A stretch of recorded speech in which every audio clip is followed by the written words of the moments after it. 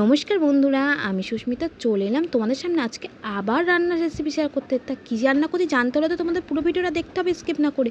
আর যদি ভিডিওটা একবার ভালো লাগে প্লিজ বন্ধুরা তোমরা লাইক কমেন্ট শেয়ার করতে কিন্তু ভুলো না। আর প্রচুর যারা নতুন দেখছো তারা প্লিজ সাপোর্ট করো, ভালোবাসা দিও, আশীর্বাদ করো, তোমাদের আশীর্বাদ ভালোবাসা নিয়ে এগোতে পারি। আর ফেসবুক পেজ থেকে যদি ভিডিওটা কোনো বন্ধু দেখে থাকো প্লিজ বন্ধুরা ফেসবুক পেজটা ফলো করে দিও, সাপোর্ট করো, ভালোবাসা দিও, আশীর্বাদ করো, তোমাদের ভালোবাসা যেন আশীর্বাদে আরও দূরে এগোতে পারি।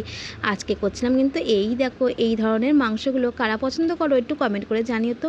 আর পাশে তো চা বসিয়ে দিয়েছি, চা না খেলে সকালবেলা হয় না, কিন্তু চা আমার তার সেরকম সময় হয় না, কিন্তু ঠান্ডা হয়ে গেলেও চাটা কিন্তু খাইতে। এখানে দেখো চাটা আজকে ফুটিয়ে নিচ্ছি ভালো করে। আর এই দেখো এটা কি বলো তো, তোমরা তো একটুখানি ভালো করে দেখে কমেন্ট করে জানিও।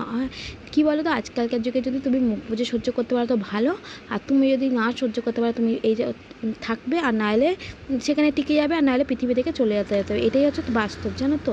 তা এই জন্য কত মানুষের মানুষের কিন্তু এই জন্যেই কিন্তু হয়তো পৃথিবী থেকে অনেক মানুষের সংসার ভেঙে যায় এইসব কিছু কিছু কারণেই। যাই হোক তোমাদের সাথে একটু শেয়ার করলাম তার জন্যে। এই দেখো এখানে হচ্ছে আজকে করলাম যে আজকে জানো তো সয়াবিনটা কিন্তু একদম হলুদ গুঁড়ো দিইনি, করেছিলাম কাঁচা হলুদ দিয়ে। তার জন্য দেখো প্রথমে এখানে যে মশলাটা করেছিলাম পেঁয়াজ, আদা, রসুন, কাঁচা হলুদ, টমেটো, কাঁচা লঙ্কা সমস্ত পেস্ট করেছিলাম। দেখো কালারটা কিন্তু সত্যি ভালো এসেছিলো, গুঁড়ো হলুদের থেকেও কাঁচা হলুদটা যে দিয়েছিলাম অল্প তাতে দেখো কত কালার হয়ে গেছে, দেখো পুরো হলুদ হয়েছিল। আর ভালো করে আমি এখানে দেখো মশলাটা কষিয়ে আলুটার সাথে কষিয়ে নেওয়ার পর আমি তারপর সয়াবিনগুলো দিয়ে দিয়েছিলাম।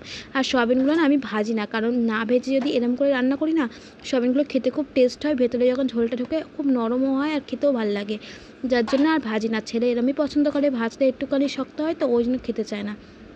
যাই হোক তারপর আমি এখানে ভালো করে সয়াবিনের সাথে দেখো মশলার সমস্ত কিছু লেগে যখন মিশে গেল, তারপর আমি এখানে দেখো অল্প করে জল দিচ্ছিলাম আর ভালো করে কষিয়ে নিচ্ছিলাম, যাতে একটু মশলার যাতে গন্ধটা না বেরোয়। আর যেহেতু এখানে আদা রসুন দিয়েছিলাম আর পেঁয়াজও ছিল, যার জন্য ভালো করে একটু একটু করে কষিয়ে নিচ্ছিলাম।